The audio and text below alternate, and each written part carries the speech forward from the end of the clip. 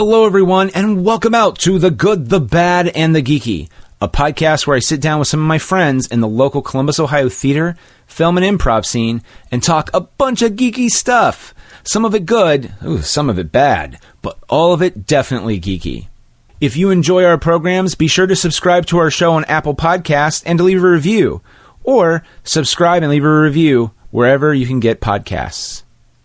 Support for this podcast comes from our lovely backers on Kickstarter, like Catherine Ranella, for example.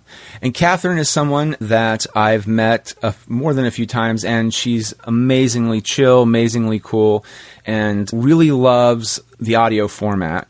So much, in fact, that she has a show called Midnight Audio Theater. It was not part of her backing the show for me to plug this, but I really appreciate it. Go to midnightaudiotheater.com. You can see some of the great things. It's broadcast at WCBE 90.5 FM out of Columbus, Ohio. And it's all been done, has been on there a few times. She's actually come out and helped narrated, I think, 1 or 2 radio hours. Or no, she narrated one, I think, guest starred in another. If I'm a little off, I apologize. But Catherine's a lot of fun. And weird story about this, too, is that I actually knew her before I really knew who she was.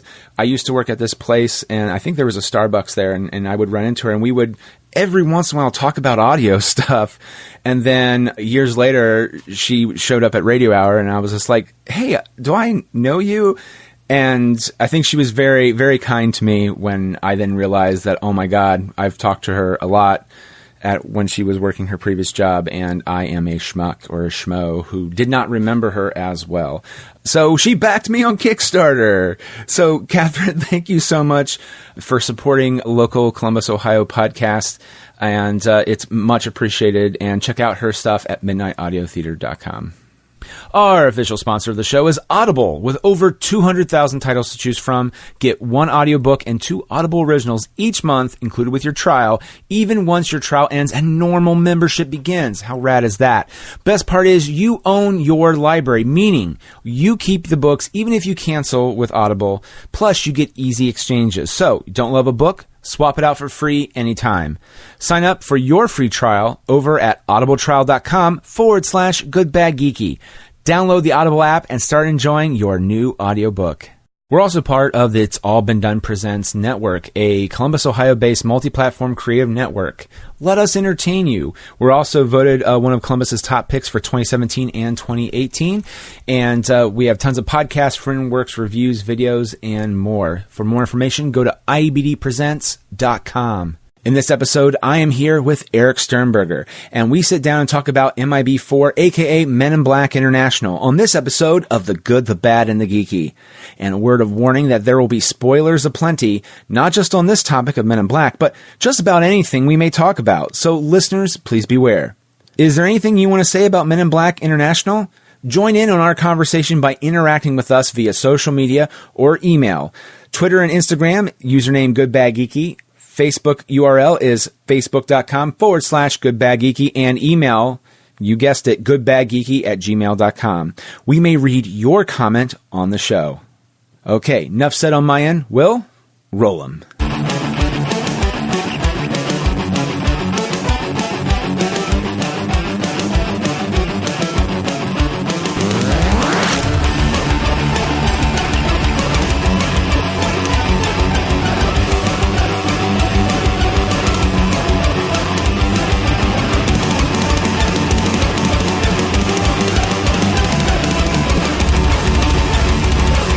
All right, so as you heard in the intro, we are here with Erik to talk about Men in Black International. True.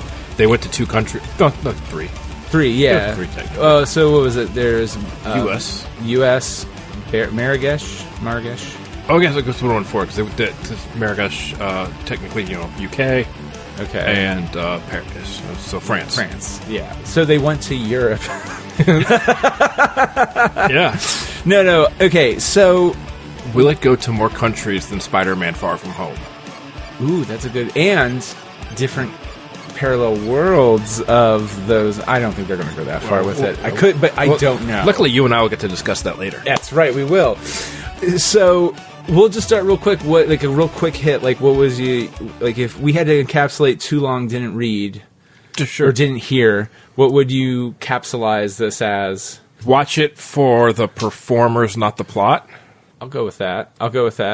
That's my general takeaway. I really, you can tell that Chris and Tessa are really good friends in real life, and they have great chemistry, and that's why you should watch the movie. And Kumail Nanjiani is so good. Unfortunately, I think they used every one of his lines in the preview, but he still nails them. There was 90% of them. Yeah, it was very close.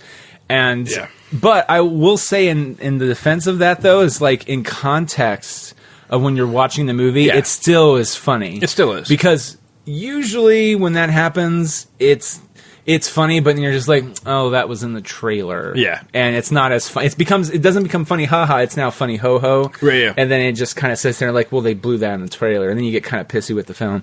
But, no, you do, though. You do. Yeah. Because you're just like, they put everything in the trailer, and then it becomes that movie. Yeah.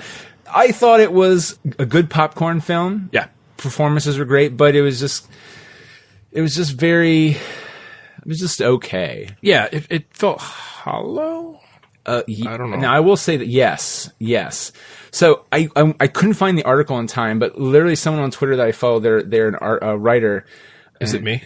No, I do follow you, but they posted I think had to be from New York Times or Variety or something, but it was a cutout where they said, because I don't think the movie opened as well as they wanted it to. Right, it did not. Because we're recording this a few days after it opened. Yeah, it opened slightly below the low end of expectations. Ew. So, which is a theme this year. Sadly, yeah. Oh, yeah, because what was it? As a big Godzilla fan, they said that Godzilla finally reached 93 million domestically. Yeah. And I was like, that's what the first one had opening weekend. Yeah. And I was just like, oh, that makes me sad. But, yeah, so with this one, though, I kind of feel like, and maybe in the trailers felt that way too, a little bit, where it just felt like you're really seeing it for the stars. Yeah. And their chemistry, and there's nothing, you know what I mean? It's kind of old hat at this point. I thought the trailers were good. The trailers moved and were a lot of fun. They did move, yes. And it wasn't a bad trailer. No, and I think the problem with that is that it moved so much that it took a lot out of the film. Yeah. It took a lot of the moments of the film and didn't leave much in between. Yeah, it really didn't. And, okay, so sorry. The snippet that the writer said was apparently, and this could be because some of the movie felt disjointed, even though their performances were really good. Some of the dialogue. The reason why is because apparently, coming off from Ragnarok, Tessa, or is that her name? I think Tessa Thompson. She was just like, I'm going to hire my own writers to redo my dialogue. And then Chris Hemsworth bought his own writer to rewrite the dialogue, and so there would be frequent clashes on set of dialogue not matching what the other person was doing, because they would just completely go off and do their own thing. That is interesting. And in retrospect, and then also, I forget what it was. I think Wooz or someone posted is Men in Black is one of the last great blockbusters or something on The Ringer or something like that. Yeah. And they talked about how Barry Sonnenfeld kind of has stepped back and just be like, I love the first movie. I put that up high.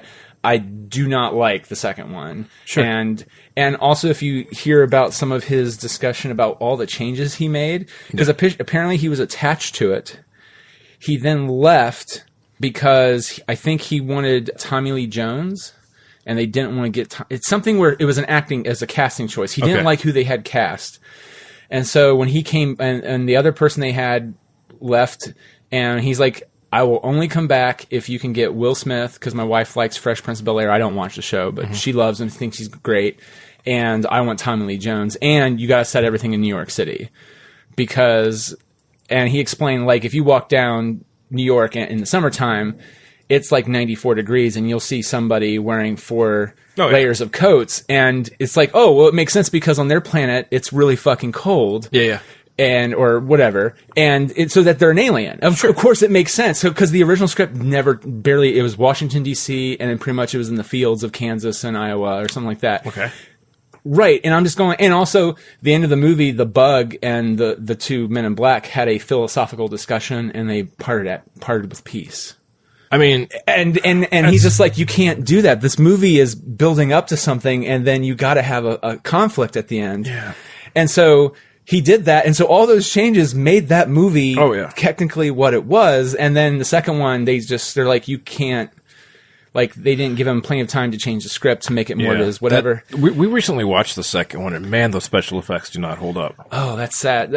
The movie, to me, in general, from my memory, doesn't hold up that well. Like, I like Rosario Dawson, and the performances are good. I mean, honestly, take Johnny Knoxville out of it, and really, was he that bad? I actually remember seeing that because I was like, character was that bad. I'll go with that. I think he was fine, and I've seen him in stuff where he's fine. I'm not a Johnny Knoxville hater by any means. Oh, yeah. But even the fact that there were so many second head jokes. Oh, yeah. And it looked so bad on that little wire thing or whatever. That just needed nixed. Yeah, and also I feel like Laura Flynn Boyle's villain wasn't as threatening or even mildly humorous as Edgar was. Which brings me to actually my biggest gripe, concern, departure of this current film. Sure. So the first one, we follow at the Edgar suit, which is fucking hysterical. Yeah. I mean, D'Onofrio crushes that. Oh my god, yeah. And, by the way, in that same article, if I can find this article, everyone, I'll give it to Will to put in the show notes, but it literally talks about how Seinfeld, apparently he even talks about, and I didn't know this, he's just like, I'm kind of like Woody Allen and those guys, which is, your job is to act, my job is to direct. I don't really want to talk to you. Sure. I want you to do your own little thing. And so Vincent would come to him and was like, I think I'm going to do this. And he's just like, I don't care. You just do your thing. And he's like, well, do you have any suggestions for me? He's like, I'm trying to do this with it. And he goes, okay, great. And he would come back and he's just like, is that the voice you're using? And take one. He's like, is that the voice you're using, like George C. Scott and something else? He's like, yeah. Okay. And he just keeps, that's what I'm saying, like, Elm's very hands off. Well, I think, too, when you have a performer like D'Onofrio, you can trust him. But that is true. Yes, that's true. Well, he's classically trained. Yeah, it's different than, there's I can't think off the top of my head, but there's like, was it Johnny Depp who changed his voice halfway through Pirates of the Caribbean or something, the first one? Yeah, and they had to go back and reshoot it. Yeah. Because he first wanted to do it like Michael Jackson or something. Yeah, it was some kind of. I think that was the one with him. They changed it. So stupid. Yeah, because that was the thing, is the production got shut down by Eisner because he's like, you're spending way too much money. And but going back to the thing, is you had Edgar suit in the first one, D'Onofrio crushing it. The second one, while Laura Flynn Boyle and Johnny Knoxville weren't the best, especially when you're following up D'Onofrio. You also followed the villains through the film. Right. And the third one, the same with Jermaine Clement. This one is totally missing the fact that the only thing this completely hinges on for maybe the first 3/4 of the movie is them making you try to think that Helmsworth is the villain. Yeah. And they're doing it so obviously that he can't be. Well, yeah, because they're trying so heavy-handedly to make you think he got swapped out during the events of the prologue where they fought the Hive. Yes, so many years ago. So we have no villain that we're also following that's like engaging and fitting the tone of the story. Because what we have is these two villains who basically just show up, fuck shit up, and leave. They don't we're never follow them. They just always kind of appear, create a scene, and we move on. Like, and the powers though that they have are really cool. Those were very cool villains. They were, and technically they weren't necessarily villains, as we found out. They were misunderstood. Well, no, they were kind of bad because they just randomly killed. Yeah, they weren't good guys, but they weren't. Yeah, but no. Here's the thing: they were slightly less villainous than the Hive. So I mean, they were basically imperialistic in the fact that they would do anything to save their home world. Right, which if it means that they'll push you in the way of the bullet. Yeah. Spoiler alert. I mean, you already know this if you're listening to the show. There's spoilers, but Liam Neeson is the bad guy. Which is the thing that as soon as it can't be Chris Helms. It can't be Chris because they're trying to make you think it so much. So it has to be Liam. Don't you wish that they took that scene at the beginning of the movie where it shows them walking up and then just put it somewhere else, like later in the movie, or maybe just not show it at all? I just feel like it kind of ruins any suspense that you have of it's either one of those. Here's what I love. What if we move that? Because especially we have a flashback, and then we flash further back, and then we jump back forward. Yeah. Because we start in 2016, then we jump back like 10 years. Yeah. Or 15 years or whatever. Sure. And then we jump forward then 17 years from that point to the current. Yeah. So, like, if we were to do that, like, say, cut out the thing of them going to Paris. Right. Which then is later when they're like, oh, he's going to Paris. Like, well, obviously. It's like the only other place we've talked about. If we make the reveal of the Eiffel Tower later, it's a little more... It has a little more weight than the fact that it's something we already know. Right. Which we shouldn't know, essentially, if we're following Tessa as an eyes-in kind of character. Yeah, so, totally. Imagine if when they're riding up in the Eiffel Tower, she makes the statement about, how did you do it? He goes, well, with our wits and our... Series 7 atomizers, whatever. Our fancy guns. We do it alone. And he says it 3 times. She's like, look, why do you keep... He's like, I keep repeating myself, right? And then we do the flashback. Yeah. And we see what happens... And he doesn't remember. Like, there's all of a sudden he's successful. He realizes he's missing this entire chunk of the actual battle. Yeah. And that would be an interesting way of showing it. Yeah. Still giving us that flashback. Totally. No, I agree with that 100%. Like, and also, maybe this is me, but there's the one joke where they name Rizza's island of death for sure death. Yeah. Do you wish... Okay, to me, I was just like... Right when they didn't show that, and especially in on that last line, I was like, oh, they're going to have it pop up right away. Mm-hmm. And they did. I'm just like, I would have just popped it up right away because I feel like you already know it's coming. Yeah, yeah. And the subversion of the joke for me would be just to put it up right away. Yeah. And my wife disagrees. She thought it was very funny. And I'm like, no, it was funny. I just think it could have got a little more of a pop. I think it could have gone either way. There's also, I also want to say, how many times can we have the Eiffel Tower be the gateway fucking point? I swear I've seen it in like 3 or 4 movies. Really? World of Tomorrow?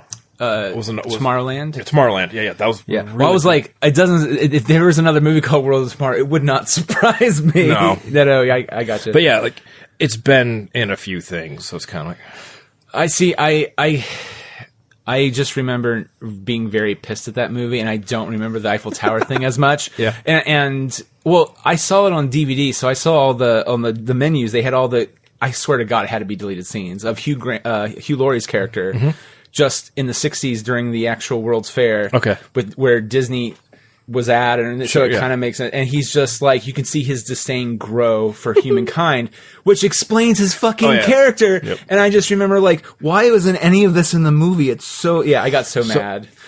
But that's tomorrow. One thing I wanted to point out, though, with this one, that as part of like the heavy-handedness, right? Yes. That we were just talking about. The heavy-handedness with them constantly saying, you've changed. They keep telling him, you've changed in the last couple years.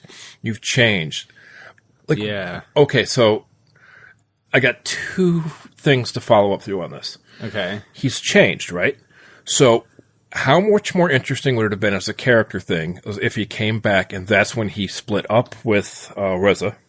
Okay. And that's when, like, she dumped him right after that, and has changed the fact that he has been brokenhearted, and that, he's basically been acting like a James Bond post his fiancée getting killed kind of thing. You know what? Where it's actually like he's got a death wish, and that's what it is, that now he just doesn't fucking care.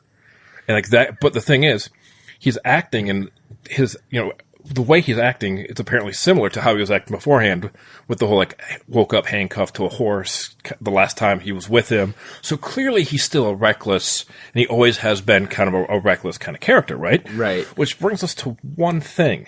The only thing that could have possibly changed with him from 2 years ago, that everyone's like, you've changed? Like, when the other alien who, like, touched his hand and said, you've changed. Yeah. Volgon or whatever. Yeah. So, like, where he recognized, like, empathically on a cellular level that H has changed. Okay. The only thing that means is when they use the neuralizer on someone, it fucking changes them. Which is cool. But it's also dark. It is. That means that when they use the neuralizer on you, it changes you from at a cellular level. Well, so, and that's okay. But see, they won't go into that. No, I know. But you know what I mean? It's sad. But, like, that's the only thing that technically changed. Right. If you trace that line of thought back from the end of the movie when it turns out, no, everything was fine. His partner changed. He had just been neuralized. Yeah, which I just still feel like and also and he kept saying, people keep telling me I changed. I don't think I've changed. Right. It would have been, I feel, better or made more sense if it was the reason he had changed, or it was somehow tied to that, because it really wasn't. The only thing it really, I feel like, technically changed was, well, so my first instinct was, he saved the world. Right. Sometimes people get PTSD and they get reckless. Right. But it seems like he was that beforehand. No, right, exactly. And so that to me is where I'm just like, well, it's not that, and that just makes him a little, or I'm not finding anything to root for him with. I don't want to root for you because you're Chris Hemsworth and you played Thor and I like Thor. And that's what we were doing. Exactly. I want it. So by the end when he reveals that, I was just like, I feel kind of bad for him. That sucks. Like, you thought you saved the world, but you really didn't, and you feel betrayed by your father figure. Like, It's a very mix of emotions, but like they didn't. I don't feel like they established the father bond thing really well either. No. Maybe that's why they threw that in at the beginning to be like, this is what they were like before. I didn't. Which would have been more interesting than if beforehand, if he was really cautious. Yes. Or something. And then they save the world, and suddenly he's like, I saved the world, bitches. And just anything. Rode a horse everywhere, like, just for the hell of it. Like, what are you going to do? I saved the world. Now, I will say the closest thing we got that made me feel like I was watching the original Men in Black in a good way.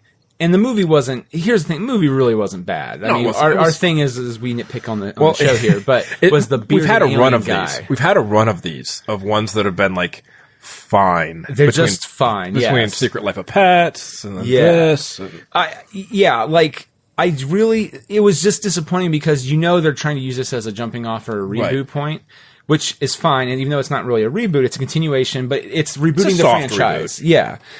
It's just okay, and it could have been better. Mm-hmm. Like, you always want to aspire to be better than your predecessors. And I will say it was... Now, I will say it was more enjoyable than 3 in that, but I like the story of 3 a whole lot more. I haven't seen 3 in a while. I might need to revisit it, but I remember not caring for it at the time. I remember the guy, did you ever watch Boardwalk Empire? Yeah. Well, a little bit, but yeah.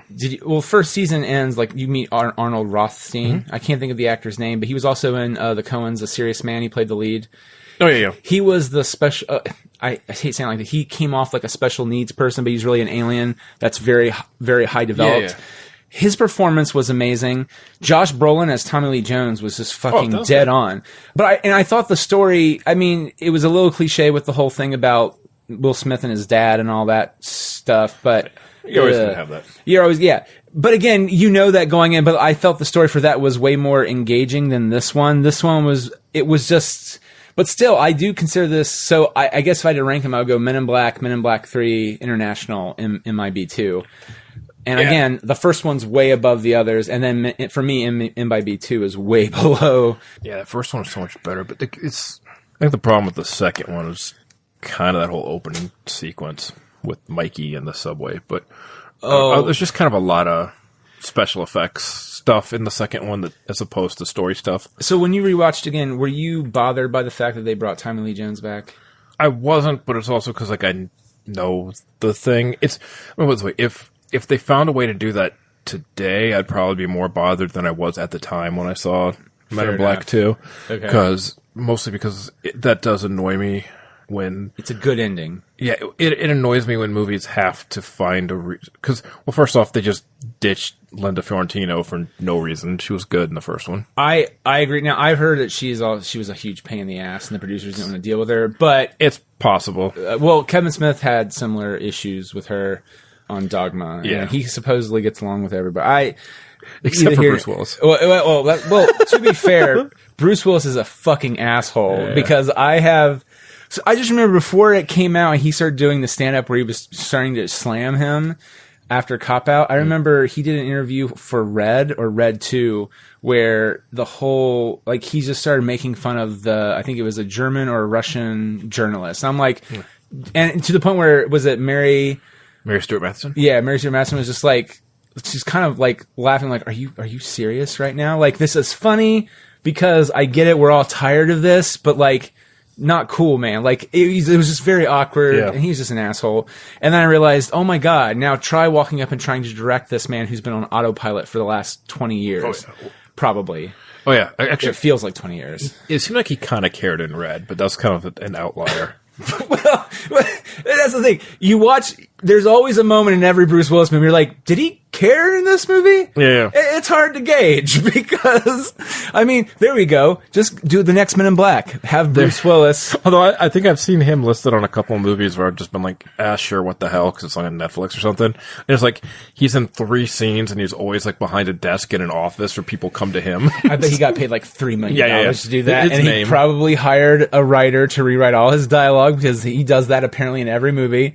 I don't know. I can't see him caring about his dialogue. That's true. Well, he probably wants it to be what kids think are cool or something. Cause, you know what I mean? Beyond that, you're right. He doesn't give it. He's like, or he'd be just super like, I don't think I'd say that. Why? I'm fucking Bruce Willis. Don't you talk to me like that. I think he wants to be Clint Eastwood so bad. Oh, and Clint Eastwood should not be Clint Eastwood these days. I mean, good director. I didn't see The Mule, but I heard it was very good. I heard it's problematic. I do. Okay, let's go to a happier Clint Eastwood memory. Gran Torino was a good movie, but there's also a part of me that gets scared because didn't he help write that? It's very full of very horribly racist things. And so, and he's hardcore conservative, you know, and then there's the chair. I don't know. Anyway. Okay. Flashback to the past. Oh, wow. I feel like someone at Warner Bros. Was like, hey, Clint, you're like almost 90 now. Maybe you should just not talk about politics while we're promoting a movie. And he hasn't talked about that shit when he did the Mule press. I just remember I was like, I'm surprised he's not talking about chairs and shit right now. The dude is very much anyway, Clint Eastwood. I don't even know how we got to this. But so Men in Black International. The sad thing is I think it had such a good cast in a lot of different ways. Oh my God, Emma Thompson. I mean, how? Yeah. So good. I mean, that's the thing that bums me out about if they don't do a second one, is that Emma Thompson could have such a bigger role. Oh yeah, I mean, I know. Rip Torn also went kind of batshit crazy. Oh yeah, yeah, seriously, way worse than Eastwood. Actually, I would say maybe a step below. It goes Rip Torn. And then way up high is Randy Quaid. Oh, yeah, and then there's a lot of drop below that. Oh, boy. Yeah. Which is sad, though, because Rip Torn was to me, like, even in 2, when I wasn't enjoying the movie in retrospect to my memory, Zed was always kind of funny. Yeah. And I think in 2, he actually went on one of the missions. I think a little bit, and then he got, like, stuck, where basically, she was interrogating him, because he ended up getting caught at the back at the base or something. Yeah, but still, that's really cool.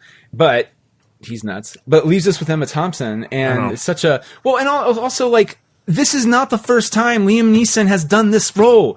He literally did the same thing in Batman Begins. Yeah, and like look. That movie is fantastic, and his performance in this is really good. Oh, okay, here's the thing. It just bugs the shit out of me. Does he look weird to you?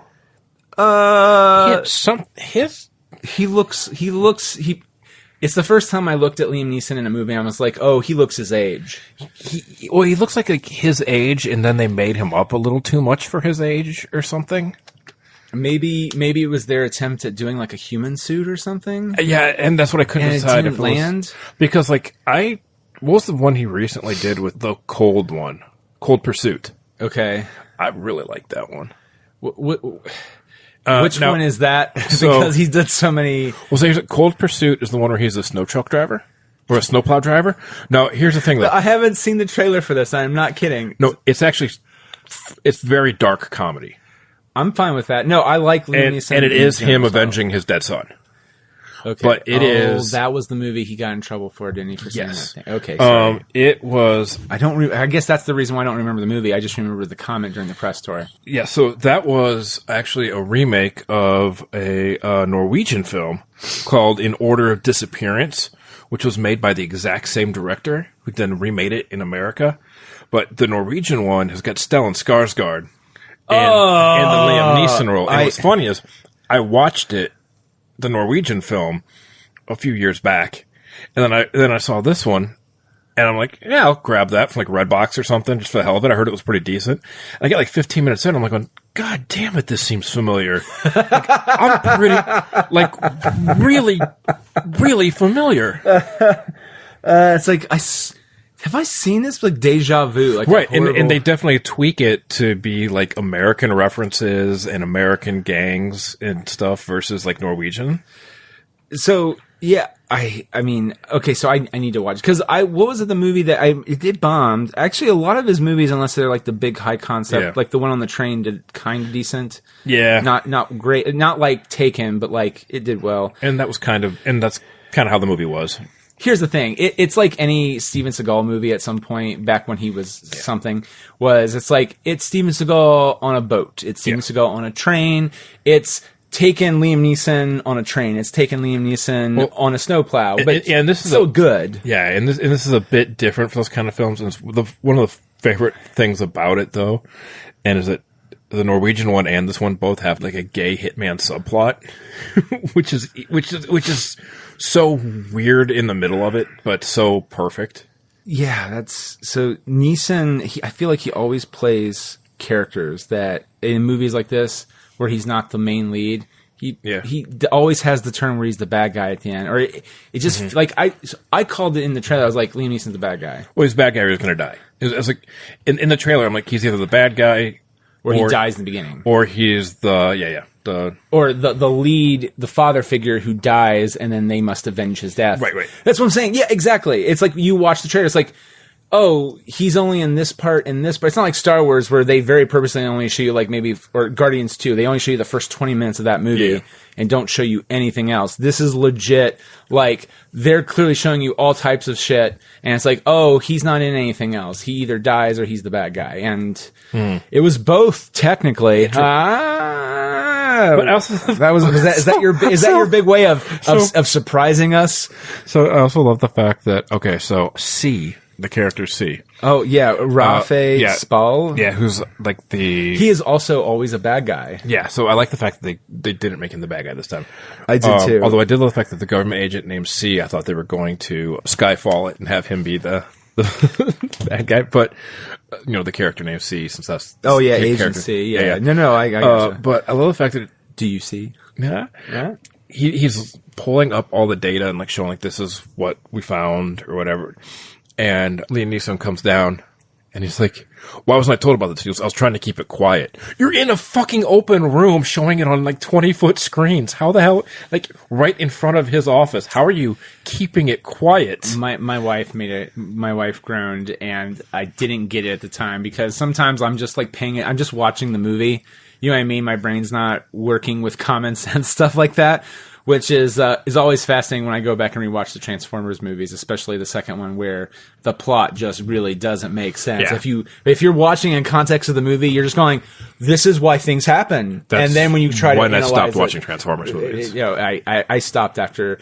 No, that's not true. I want passes to see the one with Marky Mark, and then I was just like, and at that point, I stopped watching the movie. I started like hearing what everything was saying. I was like, this is just god awful horrible. Well, okay, it's like this. I'm going in to be entertained. I might shut my brain off a little bit, and that's okay. I want it to be better than that. This is the level, like, to me, like Men in Black International, Secret Life of Pets, those are both kind of that level of, it was fine. I went in, I shut my brain, if I shut my brain off, it was fine. Yeah. There's other movies where I really want to turn my brain on. And there's other ones that I just want to really enjoy, something like Booksmart, which is kind of in the middle. It's kind of in the middle of all of those, where you can kind of sit laughing, back. You're thinking. Yeah, you can laugh, you can think, but you can turn your brain off at some of the I don't know, coincidences or whatever, because they don't ruin the movie or defy its own logic or kind of stuff. I don't know. This one just felt like it was trying so hard to make you think one thing, and you knew that couldn't be that thing. So it was like, what's the point?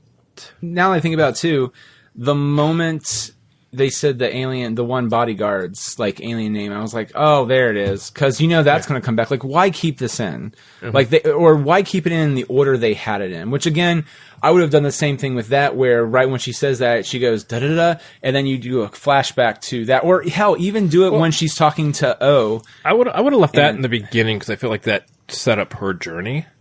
Okay. And I would have moved the stuff with H until later because we don't get to him until later. I think the movie was like, this was Tessa Thompson's movie. And I feel bad we haven't really talked about her enough, but that's mostly because her stuff was fine. That was sadly the truth of the matter is that her part was actually very well developed. Mm-hmm. She had, even though there's not a lot there, she had the most plot in terms of character development. Yes. Yeah, she was good. I felt like the movie put in the Chris Hemsworth and Liam Neeson thing at the very beginning because it wanted to be like, hey, don't worry, these guys will be back. Men! And like, instead of just trusting it to be Tessa Thompson actually as the number one lead, because she was. Yeah. If you broke down the amount of scenes, she's in the most.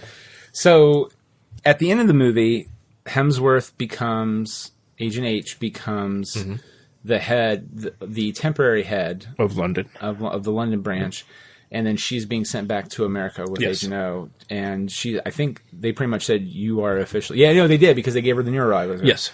You're full time.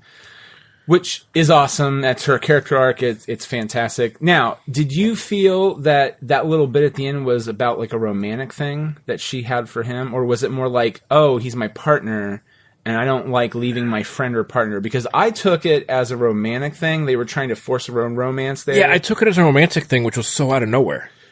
Okay, now my wife is like, I didn't take it that way at all. I took it as friends. And I was like, maybe this is the guy thing because I know that they're trying to ship people in some of this. Like, they had that really weird conversation about relationships, whatever, which led about Riza, which was good. And then we meet Riza, and that makes sense. But it felt like, I was like, I swear to God, do not have it. And they had that scene. So to me, it felt like, oh God, they're trying to put these two, or it'll be a thing for the next movie if they do it. Yeah, and that's what I think it was. I think they were trying to set up the future romance now that he's over his ex, and she sees him differently. But it was. I really do hope if they do another one, which I don't think they're going to, sadly, and unless if not, it might be a hard reboot. I mean, if they do, I think it'll be because of foreign sales, which I don't know how foreign sales are, but yeah, I really hope that they don't do that. Like, because here's the thing, it was set up earlier, which is part of her character arc. It could be a continuing character arc, which I'm fine with. It's just it's the same thing. It's just that why does she need a love interest? Right. Why can't she just have one friend in the entire world that she kind of connects to? It doesn't have to be with love. I just feel like I'm fine with that, and that they can use that as the character arc. But when you make it the love thing, I just feel like right. If they did a whole character arc of like the fact that she finally made a friend, right? I think that would have been great. Right, because I don't think like Pawnee, who. Again, Kamal Najani. We're not talking about him a lot either because he was very good. Yeah. Matter of fact, another favorite part of the movie is the part where he's cutting himself out of the glass jar, which was so funny. And he's like, everything's great. I'm walking through here and no one can hear me. So, yeah, my wife just goes, who is that? I was like, it's Kamal Najani. I have talked to you about this. It's the dude from The Big Sick. Here's the thing, too. What did they get something from the Queen? Because they went to see the Queen, said they want to do the assassination. They're like, we don't do the assassination. And then they showed up and they assassinated the guy. I think... Did they get the weapon from the Queen? So, it was not, you know what I mean? No. So that's a very good point. That's a missing plot point where I took it, and again, this is headcanon, which means it means absolutely fuck nothing in the context of the movie. But the headcanon on this is that I feel it's like, we're going to hire you to kill this person. And he's a high dignitary. Yeah. And then they look at it and the Queen's like, nope, we don't do that. It's going to cause problems. And it's like, well, now you know that we want to kill him. But they don't come back to kill them until later. Because they don't kill him at that point. Because otherwise... I thought they did. No, because they come back the next day and the Queen has her last breath. I think at some point during that whole day... Pawnee would have realized the queen was still alive. That's true. See, that's off to me. Then. See what I mean? Yeah. So I bet you anything that there was something else, like something was edited out of order, right, to make it flow better. The problem is that part in retrospect really doesn't make any sense anymore. Right. So, like, if they had gotten a weapon from them and then they were going back and covering their tracks. Right, which that would make sense, but sure, they didn't do that. They didn't show it. And also, why would they need to cover their tracks? Those guys are bad. Because they already got saw by them. So, maybe this was in the trailer, but I swear to God. They already got saw. Jeez, I'm not English. Ba-da-bump. Don't forget to take a drink. Yep.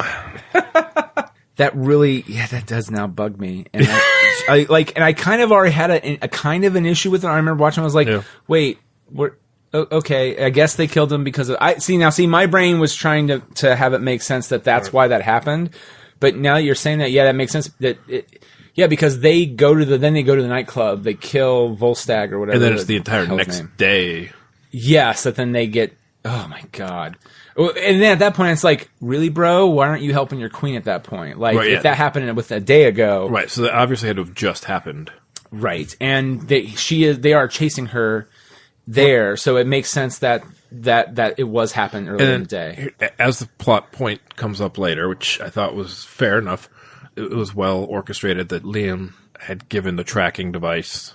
That, yes. To Tessa Thompson. But, like, how did the twins keep finding them? Because the twins just kept showing up, and they kept knowing and tracking Tessa even through, like, that bazaar. You know what I mean? Like, they were always... So this is where, and there's another... So my headcanon came up with something, and then I realized, no, that makes no sense, because what if Liam Neeson was working with them, and then when he didn't need them anymore, he killed them? Right, but they would have known he was Hive. Not necessarily. Well, true. But again, I'm trying to make nonsense of something that makes no sense. Right, does that's not what I mean. connect. There's a couple of those weird little connecting things that make for a fun movie in the moment, but when you think about it, like afterwards, you look back, you're like, wait, but how? Right now, I will say, let's full disclosure. This is not Transformers level bad. This is not acceptable, but it's okay. It's mediocre storytelling, but. Yeah, and it's not like screaming plot hole. It's just like, oh yes, why?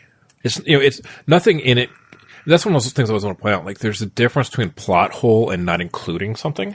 Mm-hmm. And to me, this is more like a not including something. I feel like they probably had something, right, and it got excised. Now, so maybe they knew the energy signature of the weapon or something. So taking that thing that I said into effect about the script stuff. Yeah. Like, what if? Oh, here. So it's Ryan McGee. He usually does TV, and Scott Tobias is one of the people that he quoted. And Scott Tobias is a film/TV writer. Mm-hmm. And I don't know what article he got this from, but here's the whole... One source says new pages arrive daily for the actors, causing certain amounts of confusion, as well as stripping away some of the considered more modern sensibilities. Thompson and Hemsworth then hired their own dialogue writers. Both Markham and Holloway were on set, even as Parks looked to dictate rewrites, and other source notes seconding that multiple dialogue writers served stints on the set for the actors. If that's for Men in Black International... It could explain why maybe there was something that was lost in the dialogue that they, because in the moment you're thinking, oh, that we don't need this. I'm trying to make an excuse for them, but I don't think it's a valid one. I don't know, because look, here's the thing. The reality is this shit happens on films all the time, and hopefully you never hear about it. Yeah. And I think that if this is related to Men in Black, the movie is not doing well, so they're trying to blame it on something, and which I hate when they do that. Hey, it's just like, look, when it comes to that, big really up hard. on Ginsburg. I will. Okay, did you see that? I did for Dark Phoenix. Yeah, yeah. He basically came out and goes, "Look, put the blame on me. I'm the director and writer." I mean, no, but that's what I'm saying. But he produced it, he wrote it, directed, and he's just like, yeah, it didn't connect with audiences, and that's on me. And they've been slowly losing that connection, and I've not been paying attention to that. And you know what? I hope Marvel does what I couldn't do with. I was like, damn, kind of well done.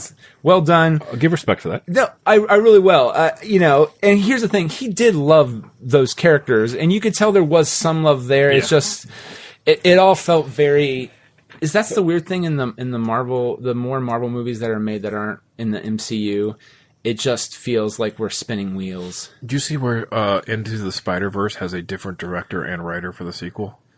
No. Yeah. Oh, so Lord and Miller are out? Apparently. They got the writer from Wonder Woman 1984. So are they still producers with, I don't know. quotation marks? The director's not the guy who's done like some Avatar, The Last Airbender stuff. Okay.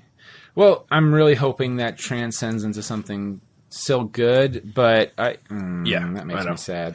But so it kind of reminded me, like you were saying, about the new pages arriving daily. I'm just so amazed that movies think that's going to work. Yeah. It reminds me, I was listening to Timothy Oliphant talk on, I think it was Mark Maron's podcast recently. Yeah, for Deadwood. Yeah, when he was talking about how the biggest difference between movies and TV is that in TV the writer is king and in movies it's the director. Mm-hmm. He said because that's the only bad thing about doing a lot of these TV shows is that you get amazing scripts, you get great plots, and you go to the director and like, what do you want me to do? And like, what have you done for 40 episodes? It's like, no one wants to rock the boat. No one wants to come in and be like, this is the script. We have to shoot the script because there's another one next week. Right. I'm here for a week. I'm not going to do too much shit. Let's get through these pages. Right. No, yeah. Well, and as opposed to the movies, which is kind of like, I've got an idea. Did he go into, because there was I think it was the Hollywood Reporter article or Rolling Stone article. I think it was Ryan McGee or someone like that. They interviewed, or no, it was not Quint. I still follow those guys from Ain't It Cool News when they jump ship. I follow them, and they got and Hit Fix and all those Drew McWeeny and some of the TV guys and the movie guys. I follow them still, and so some of them got. Sadly, Drew I think is trying to do his own thing on Patreon. God love him. And I've subscribed to some of it. It's really good. But he got a job at Hollywood Reporter or Rolling Stone. Oh, Alan Fine. Okay. Yeah, Fine Print is what the old article used to be. Sure. Yeah. And I think he did an interview with Milch. Okay. And he, of course, talks to a little bit of everybody. And the big get, though, for him was Oliphant, because he's very, you don't know if he's he's like Harrison Ford. Are you being an asshole right now?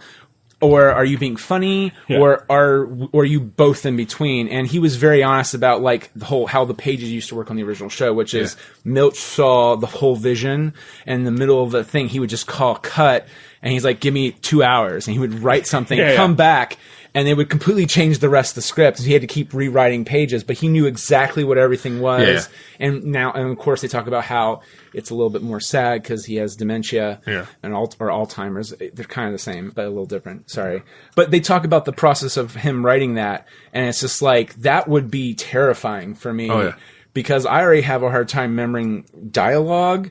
You know, that's some flowery fucking dialogue in Deadwood. Yes, it is. Yes, it is. And Milch, and that's the other thing too, is Oliphant would say Milch would start, it's the only time Milch would ever be cruel. He would go like, read what's on the fucking page. And you're just like, but you get it though, because like, especially someone like that, it's like, it's too long and verbose, but it's like a Kevin Smith dialogue. You need to get it almost, or word perfect. Well, it's like Quentin Tarantino. There's a rhythm. Exactly. There's a rhythm. Or, so there are writers out there that are like that, which I find to be fascinating. Who's the guy that did Steve Jobs in the Newsroom? Aaron Sorkin. Yeah. Aaron Sorkin. If I just talk about the movies they're in, he'll come to me. Aaron Sorkin. Because I was like, it's the dude who wrote that movie, Steve Jobs, and the Newsroom. Oh yeah, Aaron Sorkin. There it is. Aaron Sorkin, Kevin Smith, Quentin Tarantino, David Milch. These are guys where you need to get it word perfect because, not to say you can't give ideas, but I love the fact that I was listening to a recent conversation basically saying how Fincher's the only guy who can make a Sorkin script not feel like a Sorkin movie. And I was like, that's so fucking well said. Yes, because he's worked with them a couple times, and they didn't feel like Sorkin movies. Well, did Fincher do Jobs? No, that was Boyle, wasn't it? Yeah. I kind of didn't feel. I feel like that was also didn't feel as much as both of them have little hints of it's Aaron Sorkin. Like the opening of Social Network completely is an Aaron Sorkin thing. Oh, yeah, but by design, because then it goes away. No, which that's is true. the perfect thing. He uses Sorkin to be the asshole. Right, but now can I say though that's amazing that when you have a writer like that who is very known for a very set thing and you kind of push him a bit in the best way because he knows how to write dialogue. Oh, yeah. Like you don't question that. And matter of fact, I think there's a supercut somewhere on YouTube. But they take about phrases, colloquialisms that he uses in every one of his projects. I think Social Network included. Mm-hmm. I think that's when it came out, is when Social Network hit.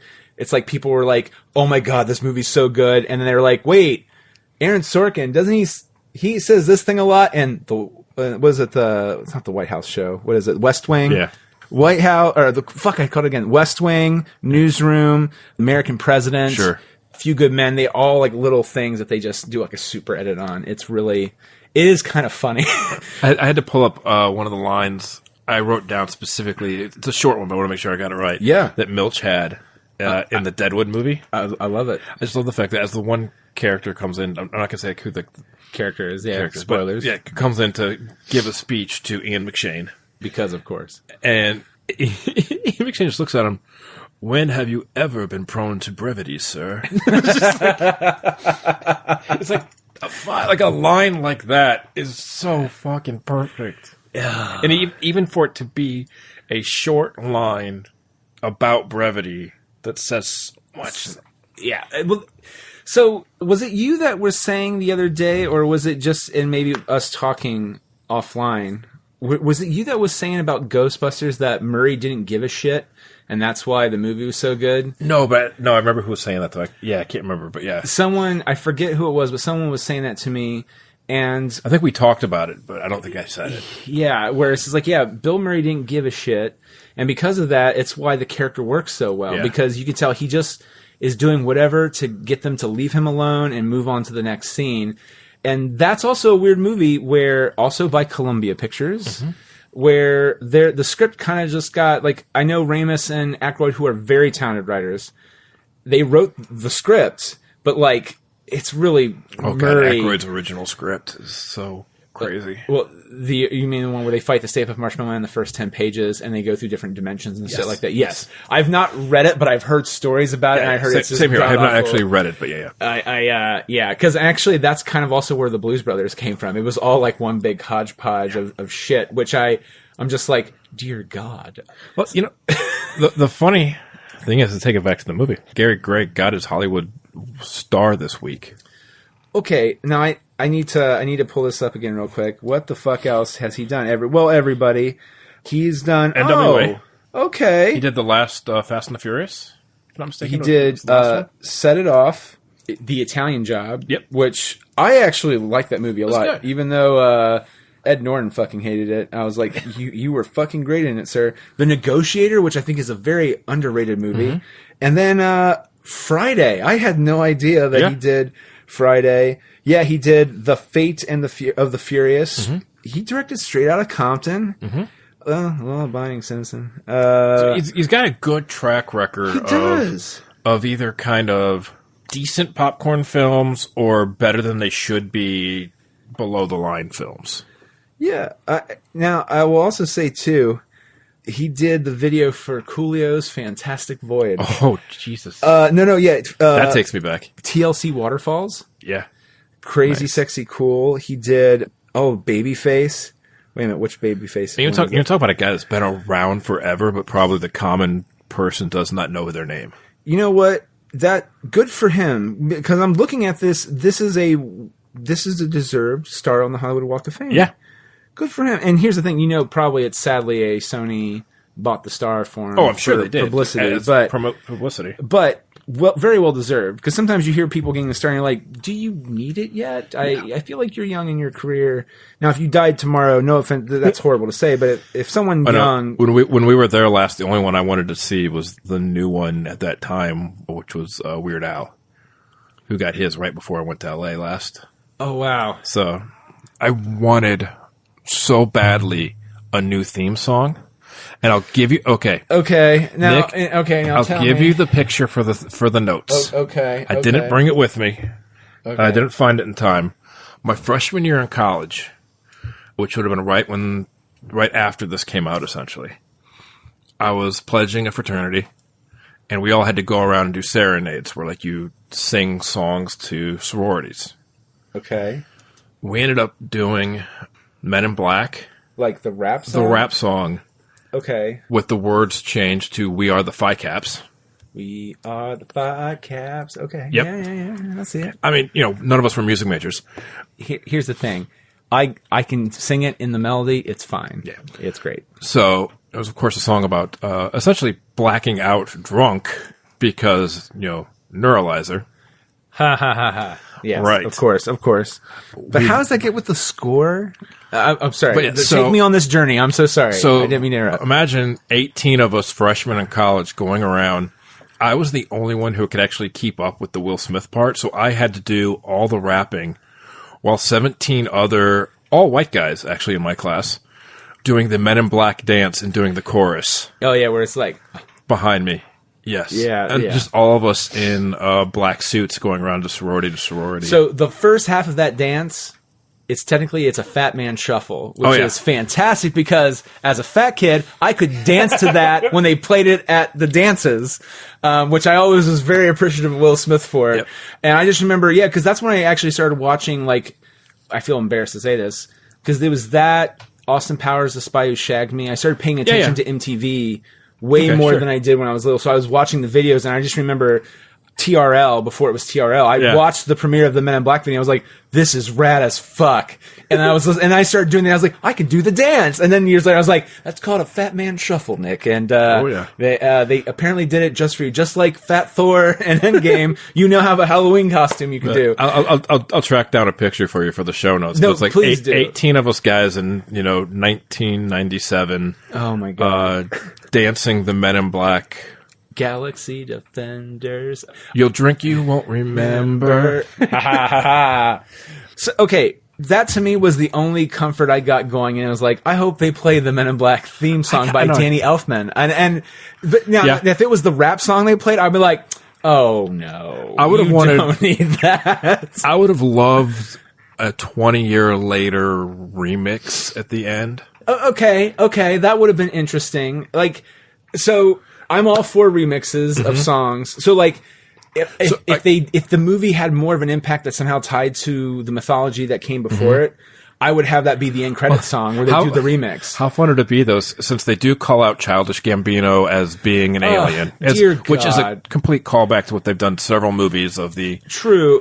I just didn't find it funny. No, it was a complete rewarm joke. Look, here's weird people that are aliens, just like they did 20 years ago. Wait, no, they did, but I feel like some of that's kind of, I feel like even when I watch it now, I was like, that's funny, but I was just like, Donald Glover, I don't feel as super, well, he's, I guess, kind of weird, he's gotten weirder, but... I guess probably just his talent, but...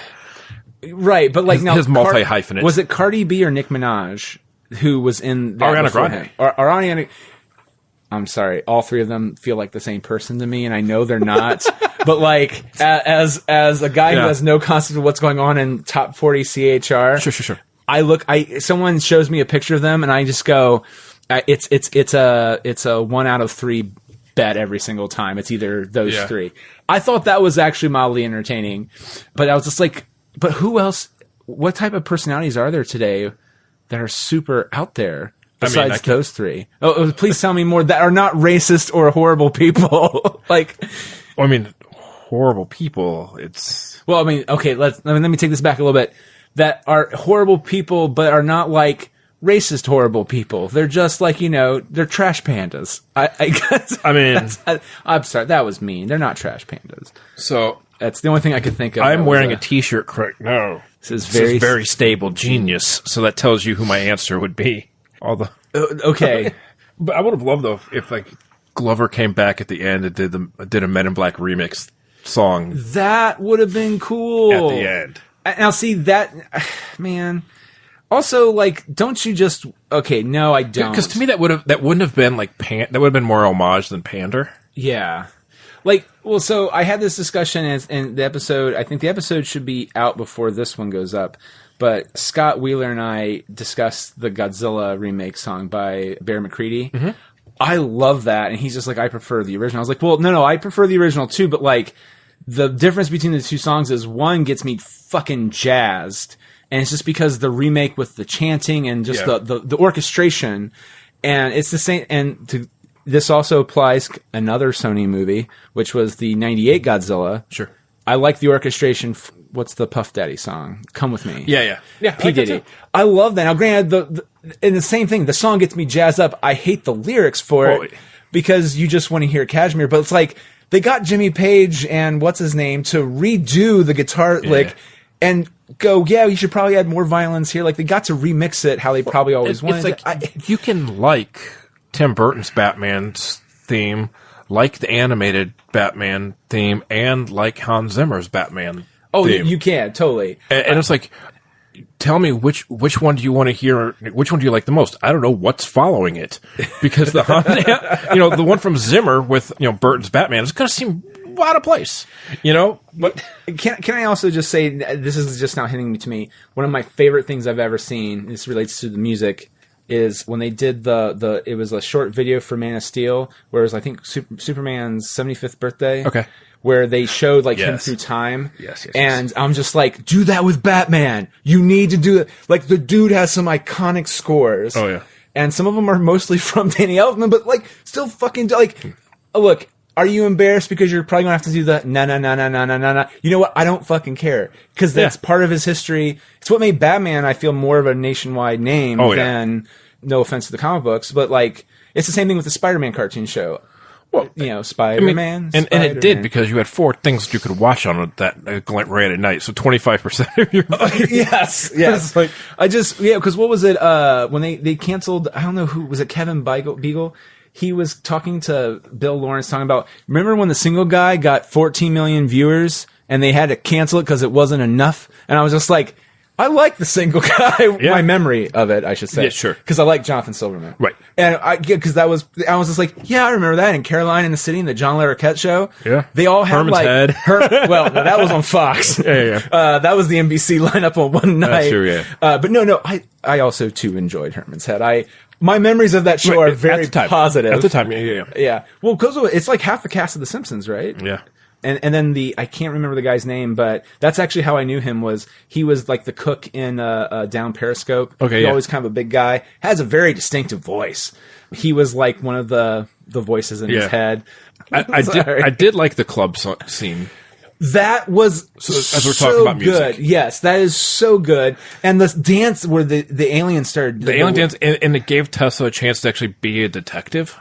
Essentially, which was nice because we saw a crash course of it when she's on the computer. Yeah, and we kind of see stuff as if she obviously has some investigative skills, and we actually got to see her do something in the field other than just running and fighting, which is basically once her and Chris got a motorcycle, it's what it became. Yeah. Although I did love him showing up. Why are you wearing pink trousers? Now, did you take that as it's very out of character for you, or was it more like we all know that you're still working for the Men in Black. Why the fuck are you doing this right now? Is that one of those? It still works either way. It does. It does. That's when they're like, it doesn't matter. It doesn't. It really doesn't matter. Okay, so also, do you want to know if that thing killed RZA or not? The Tarnkong? And that's one of those things where I feel like that could be if they did a sequel, they could be a platform where she could come back. I'm fine with that. And maybe that guy's a freelancer now. Maybe now he joined Men in Black as an enforcer or something. That would be interesting and cool. So I watched a video where they were talking about the difference between the comic books by Malibu, which got bought by Marvel, and then which is Agent K was an asshole. They showed some of the screen, which is pretty much they kidnapped Agent K or Agent whatever Will Smith was, and made him force. It's either we neuralize you and we pretty much go into a brain dead coma, or you come with us. Oh, okay. Or no. It was either we do that to you, but more than likely the cartel will find you and kill you anyway when you're in a coma. You might as well just join Men in Black. So come with us. It's funny how many there's a weird period of time where any comic book property was getting bought, and that was kind of one of them. Well, I will say too, the origin of the company that produced the comic before it was Malibu. It was, and the guy even had to do it's kind of a take where he was just like, let me repeat this again. The company that published it originally was like a house decorating company.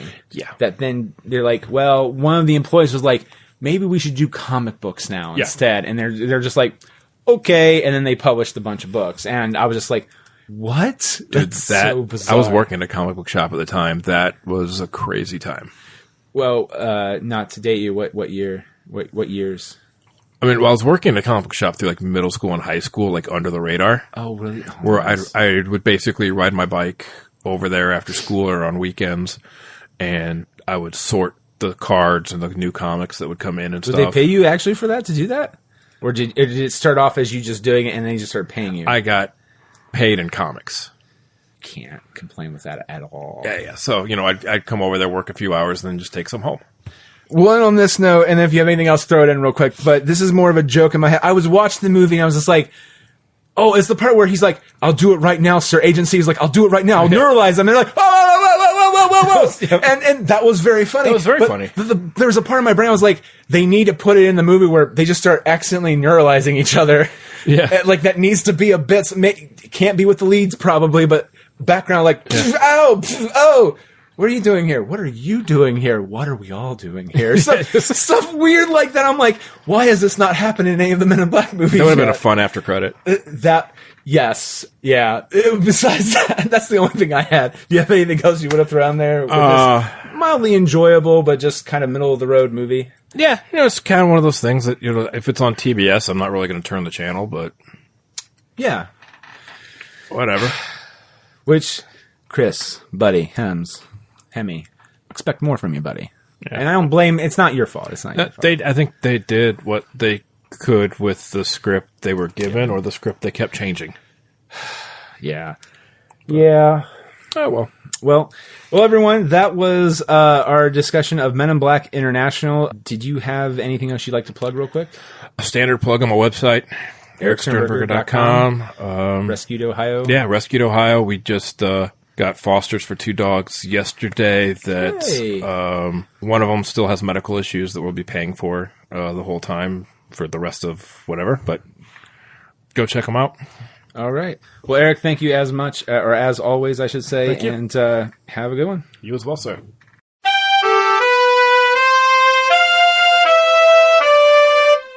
Please be sure to support our guest, Erik, for this episode. You can do that by checking the show notes or by going to rescuedohio.org or eriksternberger.com.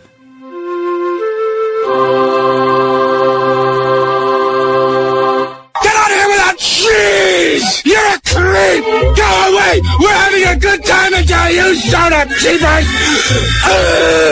Go have some coffee with cream or something! Because I'll tell you something! This is a happy place!